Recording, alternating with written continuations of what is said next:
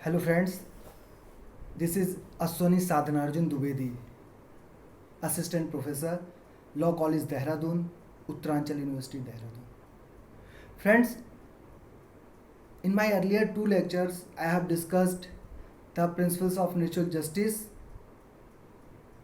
The components of the principle of natural justice are: first one is rule against bias, second one Audi Altrum Partum, and third one is reasoned decision. Now today we are going to discuss the last topic of this very concept, that is exceptions of principles of natural justice. We have discussed that the principles of natural justice is very necessary to provide the justice to the society, but there are many conditions in which the fulfillment of the principles of natural justice is not necessary, or we can say there are some exceptions in which it is not necessary to fulfill the principles of natural justice. These exceptions we will discuss one by one. For example, the first exception is emergency. Means during the time of emergency, it is not necessary to fulfill the principles of natural justice, because emergency is an exception of this general rule. Leading case on this very topic is Mohinder Singh Gill versus Chief Election Commissioner. Second one, Menka Gandhi versus Union of India. And third one is Swadeshi Cotton Mill versus Union of India. The second exception is confidentiality. There are some situations in which it is very confidential, and if the thing or the matter is disclosed, then there will be a miscarriage of justice. The leading case on this very topic is Malak Singh versus State of Punjab. Third one is pure administrative functions. If there is any function which is purely administrative in nature, then there is no need to fulfillment the principles of natural justice. The leading case on this very topic is Jawaharlal Nehru University versus B.S. Narwal. Fourth exception is practically not possible. There are some situations in which providing the opportunity of hearing is not practically possible. So if there is any situation in which the fulfillment of the principles of natural justice is not practically possible, so it is also an exception of this rule. Leading case on this very topic is R. Radhakrishnan versus Usmania University.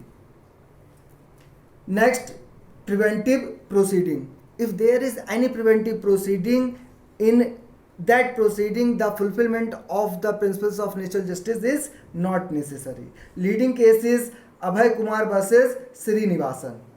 Sixth exception is legislative proceeding.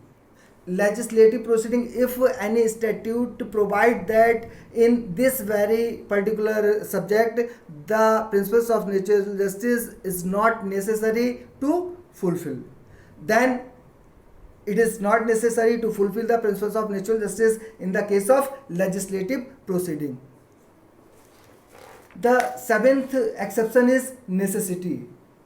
If there is any necessity in which the principles of natural justice is not fulfilled, and if the principles of natural justice is fulfilled, then there will be a miscarriage of justice. So in necessity there is no need to fulfillment the principles of natural justice. Last one is useless formality. If there is any situation in which if the principles of natural justice is fulfilled, then it will be useless. So these are 8 exceptions in which the principles of natural justice is not necessary to fulfill. Friends, इस तरह से हमारा ये principles of natural justice का जो concept है वो complete हो गया है। लेकिन मैं आपको एक बात बताना चाह रहा हूँ आज। एक्चुअल में कई बच्चे मुझसे पूछते हैं कि सर सबसे अच्छा नोट्स इस टॉपिक पे कौन सा है जिससे कि हम तैयारी कर लें। बेटा देखिए, सबका अपना अपना तरीका होता है समझाने का भी और समझने का भी। मेरा अपना ये मानना है कि किसी भी बच्चे के लिए सबसे अच्छा नोट्स वो होता है जो वो खुद बनाता है, ना कि किसी दूसरे नोट्स को कॉपी करना। अब देखिए, आपने ये 3 लेक्चर सुने हैं। अब आपको क्या करना है, आप केवल 2 बार इन तीनों लेक्चर्स को अच्छे से सुन लीजिए। ये इतना इजी वे में है कि अगर आप 2 बार ईमानदारी से इसको सुन लेंगे तो आपको ये याद हो जाएंगे। इसके बाद आपको क्या करना है कि किसी नोट्स को देख के याद नहीं करना है। ये लेक्चर सुन के अब कुछ मत देखिए, पेन लीजिए, पेपर लीजिए और लिखना स्टार्ट कर दीजिए। क्या लिखना स्टार्ट कर दिए? इस टॉपिक में हमने जो भी चीज़ें पढ़ी हैं।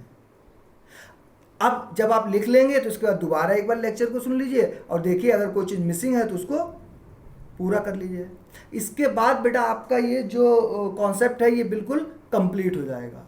लेकिन फिर भी अब क्या बाकी रह जाएगा, इसमें कई फैक्ट्स ऐड ऑन करना बाकी रह जाएगा, क्योंकि कम टाइम में सब फैक्ट्स दे देना ये पॉसिबल नहीं होता है।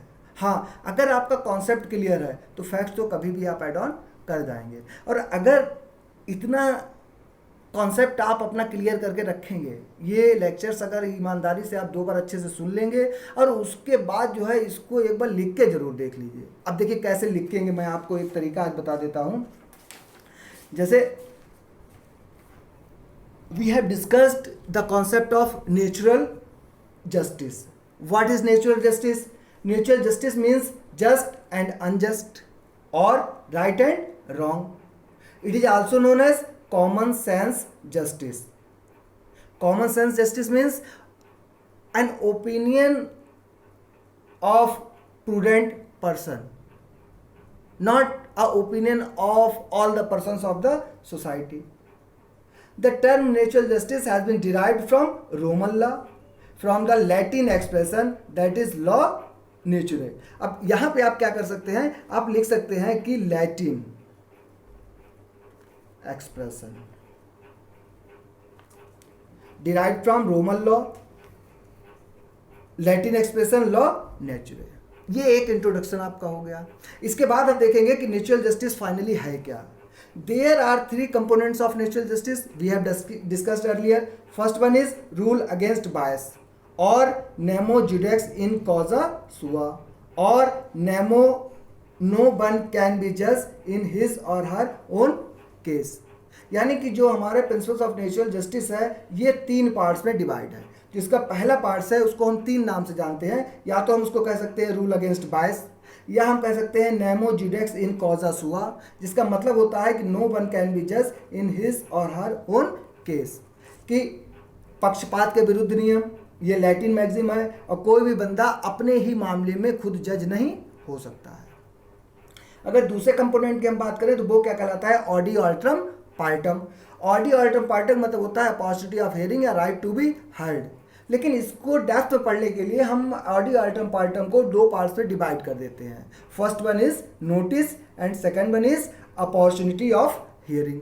नोटिस में further be divided into 2 parts, that is real and constructive. If the fact is given to the person directly then it is called real notice, but if the fact is not given directly, or we can say if the person has no knowledge about the notice but court presume that the person has knowledge about the fact, it is called constructive notice. We have discussed in earlier lecture that for example if a person denies to accept the someone or notice, then it will be considered by the court that this is a constructive notice. Okay, and third and last component is reasoned decision. Reasoned decision means decision should be based on some reasonable grounds, कि हमारा जो भी निर्णय है, जो भी court ने judgement दिया है वो ये क्लियर होना चाहिए कि किन ग्राउंड्स पे दिया है। बिकॉज हम डेमोक्रेटिक कंट्री में रह रहे हैं और जो स्टेट्स हैं ये लेजस फेयर से वेलफेयर स्टेट में ज़्यादातर कन्वर्ट हो चुके हैं। तो ये जो रीजन डिसीजन का मतलब है कि जो भी आप जजमेंट देंगे उसके पीछे कुछ ना कुछ रीजनिंग होनी चाहिए। अब इसके दो फायदे होंगे, अगर हमारे पास इस जजमेंट की रीजनिंग है then the society is in position to know, okay, these are the grounds on which that particular judgment has been pronounced. So the society is in position to know whether the judgment is just, fair and reasonable, whether the judgment is right or wrong. Second benefit क्या होता है? Second benefit ये होता है कि जब भी कोई पर्सन जो है ये अपेक्स कोर्ट में केस जाएगा और जुडिशियल रिव्यू अगर इसका होता है तो जुडिशियल रिव्यू के लिए जो वो ग्राउंड्स हैं वो कोर्ट के सामने अच्छे से मिल जाएंगे। अब देखिए बहुत आसान है, कुछ करने नहीं है हमें, कि हमने देखा कि नेचुरल जस्टिस क्या है भाई, जस्ट है या अनजस्ट है, सही है या गलत है। कहाँ से आया? रोमन लॉ से। कहाँ से निकला? एक लैटिन एक्सप्रेशन था लॉ नेचुरे। इसको किस नाम से जाना जाता है? Common sense justice. लेकिन जब हम कॉमन सेंस की बात करेंगे तो कॉमन सेंस किसका होगा?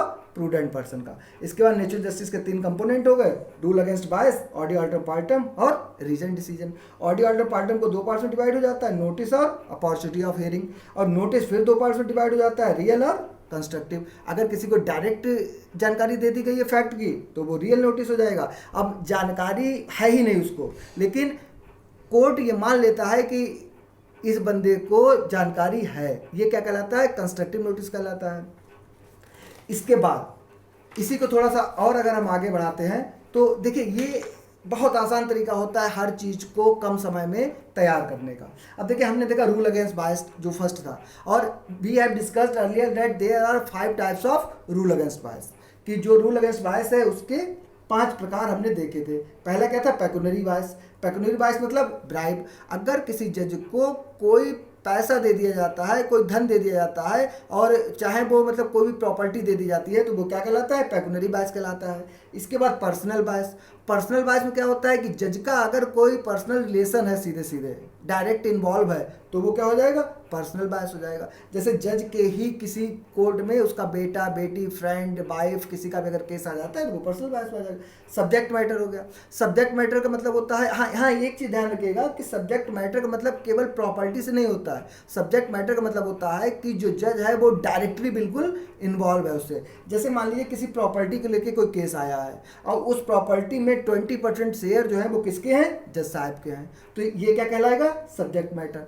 डिपार्टमेंटल बायस होता है कि जिस डिपार्टमेंट के अगेंस्ट में इंक्वायरी होनी है, इंक्वायरी कर कौन रहा है? उसी डिपार्टमेंट की जा रही है, ये भी एक बायस है। और एक नया बायस स्टार्ट हुआ है जिसको कहते हैं जुडिशियल एब्स्टिनेंस। जुडिशियल एब्स्टिनेंस का क्या मतलब होता है कि जैसे मान लीजिए कोई केस जो है वो डिस्ट्रिक्ट कोर्ट में किसी जज साहब ने जजमेंट दे दिया उस पर। अब जो बंदा था उसने क्या किया? वो अपील में चला गया हाई कोर्ट। उसी बीच में क्या हुआ कि इन जज साहब का प्रमोशन हो गया, ये जज कहाँ के बन गए? हाई कोर्ट के बन गए। अब उसी मामले को जो ये डिस्ट्रिक्ट कोर्ट में सुन के आए थे, हाई कोर्ट में भी इन्होंने ही उस मामले को सुन लिया।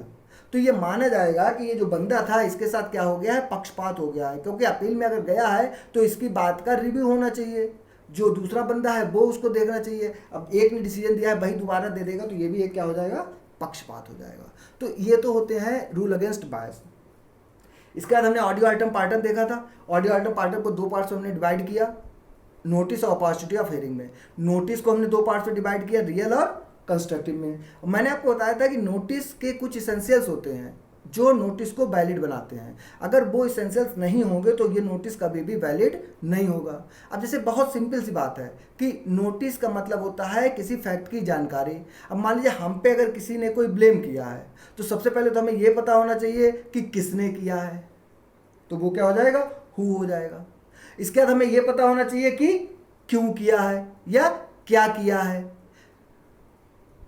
ग्राउंड्स जिन पर हमारे ऊपर कोई भी ब्लेम किया गया है, हम पे जो चार्ज फ्रेम किए गए हैं वो होने चाहिए। और दूसरी बात, हम किस कोर्ट में जाएं। अब हमको अगर सम्मन किया गया है, हमको कॉल किया गया, तो हमको जाना कहाँ है? तो उस कोर्ट का ज्यूरिसडिक्शन होना चाहिए। ओके, अब हम आ जाते हैं अपॉर्चुनिटी ऑफ हियरिंग की। हमने डिस्कस किया था कि अपॉर्चुनिटी ऑफ हियरिंग के भी कई इसेंशियल्स होते हैं। पहला क्या होता है कि हमारा ये राइट है कि हम कोर्ट में जाके अपनी बात कह सकें। दूसरा क्या राइट है कि हम जो भी अपने फेवर में एविडेंस अगर देना चाहते हैं वो हम प्रोड्यूस कर सकें। अगर कोई विटनेस अपने फेवर में हम बुलाना चाहते हैं तो वो भी बुला सकें। सबसे इंपॉर्टेंट जो एस्पेक्ट होता है वो अपोजिटिव हियरिंग का होता है क्रॉस एग्जामिनेशन। कि अब एक्चुअली में क्या है कि जब एविडेंस आप पढ़ेंगे तो उसमें आप 3 तरीके की एग्जामिनेशन पढ़ेंगे। एक होता है एग्जामिनेशन इन चीफ, एक होता है क्रॉस एग्जामिनेशन, एक होता है री एग्जामिनेशन। तो जैसे कोई बंदा अपने फेवर में किसी को बुलाता है तो वो कहलाता है एग्जामिनेशन इन चीफ। अब दूसरी अपोजिट पार्टी जब उससे कोई क्रॉस क्वेश्चन करता है तो वो क्या कहलाता है, क्रॉस एग्जामिनेशन हो जाता है। तो लॉ ये कहता है कि किसी भी पर्सन को जब भी कोई एविडेंस देना है या विटनेस कॉल करना है तो वो दूसरी पार्टी की अनुपस्थिति में नहीं होगा, उसकी एब्सेंस में नहीं होगा, कि उसको पूरा मौका मिलना चाहिए कि उसके अगेंस्ट में जो भी बात की जा रही है वो उसको क्रॉस एग्जामिन कर सके। लास्ट होता है फ्री लीगल एड। हम पढ़ चुके हैं आर्टिकल 39A जो है वो फ्री लीगल एड की बात करता है। उस्तारा खातून में भी ये कहा गया। अब अगर कोई पर्सन कैपेबल नहीं है, उसके पास इतने संसाधन नहीं है कि वो अपना केस खुद डिफेंड कर पाए या वकील को अपॉइंट कर पाए, तो ये स्टेट की रिस्पॉन्सिबिलिटी है कि उसके लिए वो एक लीगल प्रैक्टिसेस को अपॉइंट करे। इसके बाद हमने देखा कि इंडियन कॉन्स्टिट्यूशन में प्रिंसिपल ऑफ नेचुरल जस्टिस के क्या रोल है। तो देखिए प्रिंसिपल ऑफ नेचुरल जस्टिस क्या बात करता है कि procedure must be just, fair and reasonable. There should not be any arbitrariness in the procedure. कि जो प्रोसीजर है वो कैसा होना चाहिए, जस्ट होना चाहिए, फेयर होना चाहिए और रीजनेबल होना चाहिए। उसमें किसी भी तरह की कोई भी आर्बिट्रेरीनेस नहीं होनी चाहिए, एम्बिग्युइटी नहीं होनी चाहिए, पक्षपात नहीं होना चाहिए। तो हमारे संविधान में जो प्रिंसिपल्स ऑफ नेचुरल जस्टिस का कॉन्सेप्ट है वो वर्ड नेचुरल जस्टिस कहीं भी यूज नहीं किया गया है, कहीं भी नहीं दिया गया है। लेकिन इसका जो जिस्ट है वो कई ऐसे प्रोविजन है, कई ऐसे आर्टिकल हैं जिसमें ये प्रिंसिपल्स दिए गए हैं। और हमें कैसे पता लगा है, various pronouncements of the courts, कि कोर्ट ने अपने कई जजमेंट में ये कहा है कि यहाँ पे जो है ये प्रिंसिपल जो है वो नेचुरल जस्टिस के दिए गए हैं। जैसे सबसे पहले हम बात कर ले प्रियम्बल की। आपको पता है प्रियम्बल में इक्वलिटी की बात की गई है। अब इक्वलिटी कैसी होगी, सोशल, इकोनॉमिक एंड पॉलिटिकल। तो जब इक्वलिटी होगी तो इसका मतलब है वहाँ पे बायसनेस नहीं होगी। इक्वलिटी का मतलब ही हो गया कि एब्सेंस ऑफ बायसनेस। तो जब इक्वलिटी की बात है तो इसका मतलब यहाँ पे नेचुरल जस्टिस के रूल अप्लाई होंगे और बायसनेस नहीं होगी। आर्टिकल 14, आपको पता है कि आर्टिकल 14 बात करता है equality before law and equal protection of laws. Equality before the law concept कहाँ से लिया गया है, ब्रिटेन से, और equal protection of laws America से। अब ये दोनों ही कॉन्सेप्ट कहते हैं कि जब भी किसी को कोई भी रेमेडी दी जाएगी, कोई फैसिलिटी दी जाएगी, तो उस पर उसके साथ जो है वो इक्वल ट्रीटमेंट किया जाएगा, कोई भी डिस्क्रिमिनेशन नहीं किया जाएगा। तो जब इक्वल ट्रीटमेंट होगा तो क्या होगा, पक्षपात नहीं होगा। दूसरी बात, जब दोनों पार्टीज को अगर इक्वल ट्रीटमेंट दे दिया जाएगा तो इसका मतलब हो गया कि दोनों को अपॉर्चुनिटी ऑफ हियरिंग मिल जाएगा इक्वली, और दोनों को इक्वली राइट मिल जाएगा क्रॉस एग्जामिनेशन करने का। ठीक है, तो इसका मतलब नेचुरल जस्टिस के प्रिंसिपल जो है वो आर्टिकल 14 फुलफिल करता है। आर्टिकल 21, आपको पता है कि article 21 provide that no person shall be deprived of his life और personal liberty except procedure established by law. कि किसी भी व्यक्ति को प्राण एवं दैहिक स्वतंत्रता के अधिकार से विधि द्वारा स्थापित प्रक्रिया के अतिरिक्त वंचित नहीं किया जाएगा। मतलब क्या हुआ कि किसी भी व्यक्ति को, ऐसा नहीं है कि किसी के आप प्राण नहीं ले सकते, आप ले सकते हो। जैसे जब किसी को फांसी की सजा दी जाती है, जल्लाद जब उसको फांसी पर लटकाता है तो वो तो उसके प्राण ही लेता है। ठीक है, उसका राइट टू लाइफ का क्या करता है, वायलेशन करता है। लेकिन वो क्या है, प्रोसीजर एस्टेब्लिश्ड बाय लॉ है, इसलिए वैलिड है। लेकिन आपको पता होना चाहिए कि in the case of Maneka Gandhi it was observe that the procedure established by law means due process of law like American constitution. कि आर्टिकल 21 में इन्होंने कहा है कि जो, बल्कि मेनका गांधी के केस में आर्टिकल 21 को लेके इनका ये जजमेंट आया कि जो प्रोसीजर एस्टेब्लिश्ड बाय लॉ है उसका मतलब हो गया कि विधि द्वारा स्थापित प्रक्रिया, वो प्रक्रिया कैसी होनी चाहिए, ड्यू प्रोसेस ऑफ लॉ होनी चाहिए, means that procedure must be just, fair and reasonable. Article 22, आपको पता है कि आर्टिकल 22 जो अरेस्टेड पर्सन है उनको 3 राइट देता है। पहला, ये जानने का अधिकार, उनको क्यों गिरफ्तार किया गया है। दूसरा, 24 आवर्स के अंतर्गत उसको मजिस्ट्रेट के सामने पेश करना होता है। लेकिन यहाँ पे ये चीज़ ध्यान रखिएगा कि जो 24 आवर्स का टाइम है उसमें जो उसको गिरफ्तार करके लाने का समय है वो ऐड नहीं किया जाता है। जैसे मान लीजिए किसी को केरला में गिरफ्तार किया गया और उसको जो है वो देहरादून में क्या करना है,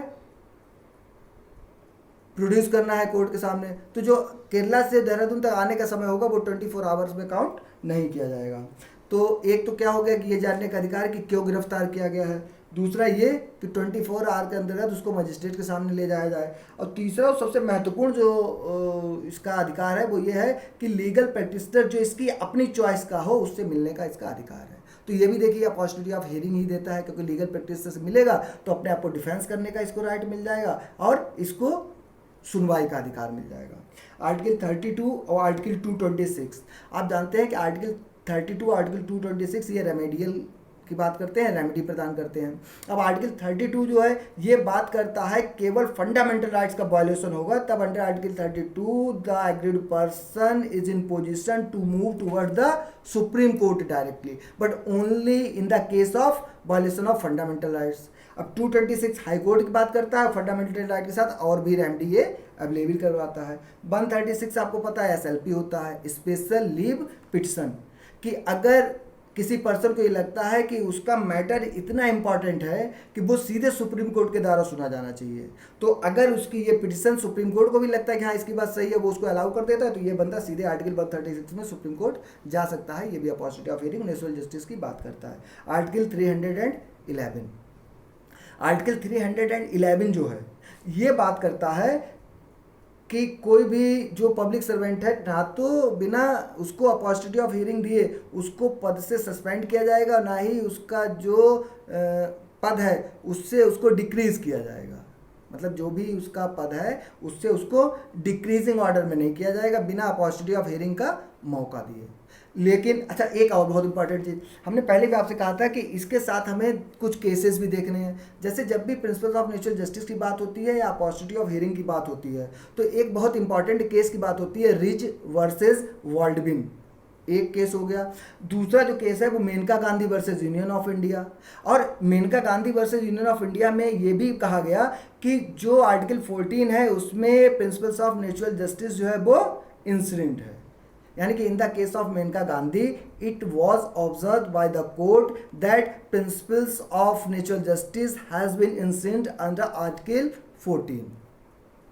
इसके बाद अगर हम बात करें आपसे तो एक और लीडिंग केस आता है AK Kraipak versus Union of India. In the case of AK Kraipak versus Union of India it was observe by the court that the principles of natural justice not only provided against the judiciary but also provided against the quasi judicial functions or we can say against the tribunals।